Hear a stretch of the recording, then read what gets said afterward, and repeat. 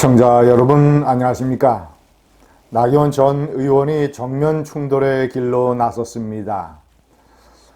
윤석열 대통령 세력과 주고받는 설전이 대단히 거칩니다. 윤 대통령의 최측근 장제원 의원이 나경원 전 의원을 향해서 정치 신파극, 정치 간보기 이런 식으로 공격을 하자 정면으로 받아쳤습니다. 제2의 진박 간별사라는 표현도 썼습니다. 이것은 대단히 의미심장한 공격입니다.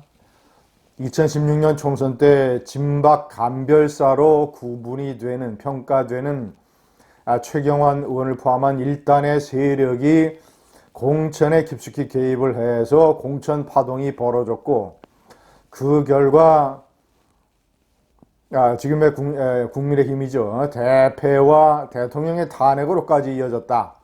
정권을 빼앗겼다. 이런 식의 상당히 어떤 뉘앙스까지 담을 수 있는 그런 대단히 신랄한 공격입니다. 어렵게 뺏은 정권인데 정권을 다시 내줘서야 되겠는가. 당이 이래서는 안 된다라고 못을 박았습니다. 시청자 여러분, 이번 사태는 한국 정치의 여러 가지 본질을 적나라하게 드러내주고 있습니다.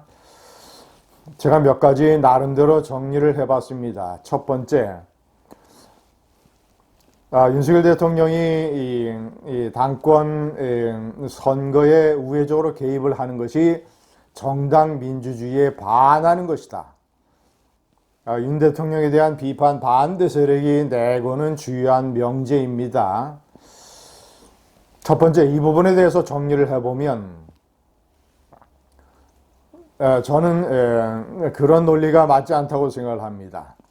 한국 정치의 제도와 현실 이런 걸로 따졌을 때 대통령이 당대표를 뽑는 일에 손을 놓을 수는 없다.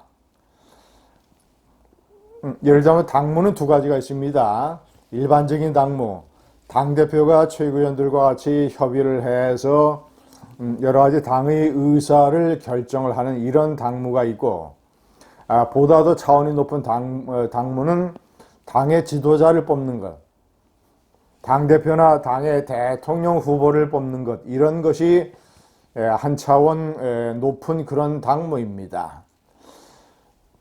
시청자 여러분, 내각 책임제를 운영하고 있는 나라에서는 당대표가 곧바로 총리가 됩니다. 최고 권력자가 됩니다. 그러니까 이 총리가 당무에 개입을 하느니 안 하느니 이런 말 자체가 존재를 할 수가 없는 것이죠. 자, 그리고 내각 책임제든 대통령제든 당내에서는 여러 가지 계파와 세력이 분화되어 있습니다. 당권을 누가 잡느냐? 그 당권을 잡는 것에 따라서 당무의 최고 의사결정권자가 정해지고, 그리고 선거를 치르고 공천을 하고, 그 결과가 국회에서 여대야소가 되느냐 여소야대가 되느냐로 나타납니다. 여소야대가 되면 대통령이 국정을 운영을 하거나 아니면 정권을 재창출하는 데에 대단한 어려움이 생깁니다.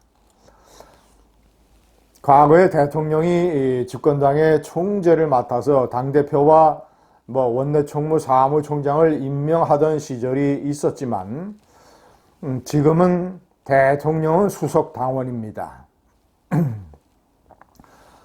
그렇다고 해서 당이 어떤 식으로 되느냐에 따라서, 선거 결과가 어떻게 되느냐에 따라서 대통령의 국정운영과 정권 재창출, 이 모든 것이 상당한 영향을 받기 때문에 그것을 지휘하는 그런 당대표를 뽑는 일에 대통령이 개입을 하지 않을 수가 없습니다. 개입을 해야만 됩니다. 정치라고 하는 것은 권력 싸움입니다. 대통령을 중심으로 한 주류 세력, 그리고 그를 비판하는 반대 세력, 양쪽 어디에도 끼지 않는 중도 중간 세력, 이런 세력들이 당권을 정하는 전당대회 때 합종 연행을 하든 어떤 전략을 구사하든 자신들이 가지고 있는 나름대로의 파워를 총동원을 하는 것이 정치입니다. 대통령은 우회적인 방법으로 하고 있을 뿐입니다. 시청자 여러분, 정당민주주의라고 하는 것은 예를 들어서 그런 세력들이 마음대로 파워를 행사할 수 있는 것이 보장이 되는 것. 정당에서 의사결정을 할 때 의사표현이라든가 새 결집이 보장이 되는 것.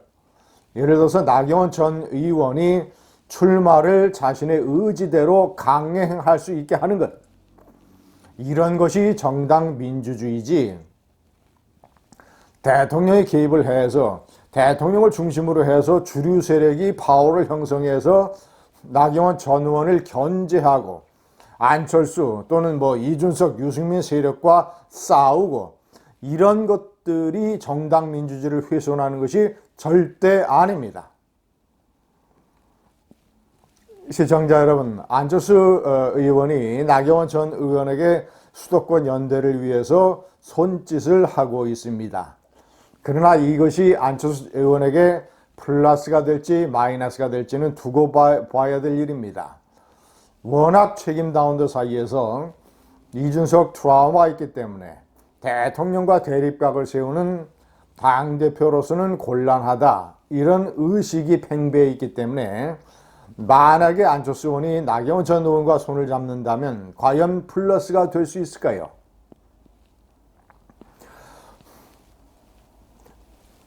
시청자 여러분, 이번에 전당대회에서 당대표를 결정짓는 것은 세 가지 요소입니다. 첫 번째는 당원, 국민의힘 지지자들을 상대로 하는 여론조사. 두 번째는 그 여론조사가 실질적인 파워로 구현이 되는 것. 예를 들어서 현역 의원 몇 명이 가세하느냐, 원외 당협위원장들 몇 명이 가세하느냐, 이런 쇠싸움, 정치는 기본적으로 쇠싸움입니다. 이것이 두 번째 요소이고, 세 번째는 명분 싸움입니다. 명분이 누구에게 있느냐. 예를 들어서 저출산 고령화위원회를 나경원 의원이 달라고 했느냐, 윤핵관 측에서 주장을 하는 것처럼, 아니면 나경원 전 의원이 주장을 하는 것처럼 대통령실에서 나에게 맡아달라고 했다. 이런 것. 저출산 고령위원회 이 직이 얼마나 중요한 것인가. 대통령실에서 얘기하는 것처럼 매우 중요한 문제를 쉽게 나경원 전 부위원장이 얘기했다, 이 말이 맞는 것인지, 아니면 나경원 전 부위원장이 얘기하는 것처럼 그다지 엄격하게 이 결정적인 자리가 아니고 상근직도 아니고 일반 사회의 다른 직을 가지고 있으면서 겸임할 수 있는 자리다라고 평가절하를 하는 것이 맞는 것인지, 이런 명분 싸움, 나경원 전 의원이 과연 저출산위를 이용을 해서 자기 정치를 한 것인지, 아니면 나 전 의원이 얘기하는 것처럼 다만 정책 아이디어 하나를 얘기한 것에 불과한 것인지, 이런 것이 중요한 명분 싸움이 되겠습니다. 실제로 나 전 의원이 얘기하는 것처럼 윤석열 정부의 성공을 위해서 나 전 의원의 정책인 포석이 과연 맞는 자리에 가 있는 것인지, 아니면 윤핵관 측에서 공격을 하는 것처럼 이미 제2의 이준석, 유승민의 길로 가고 있다, 이런 명분이 옳은 것인지, 책임다운들은 과연 어떻게 결정을 할까요? 감사합니다.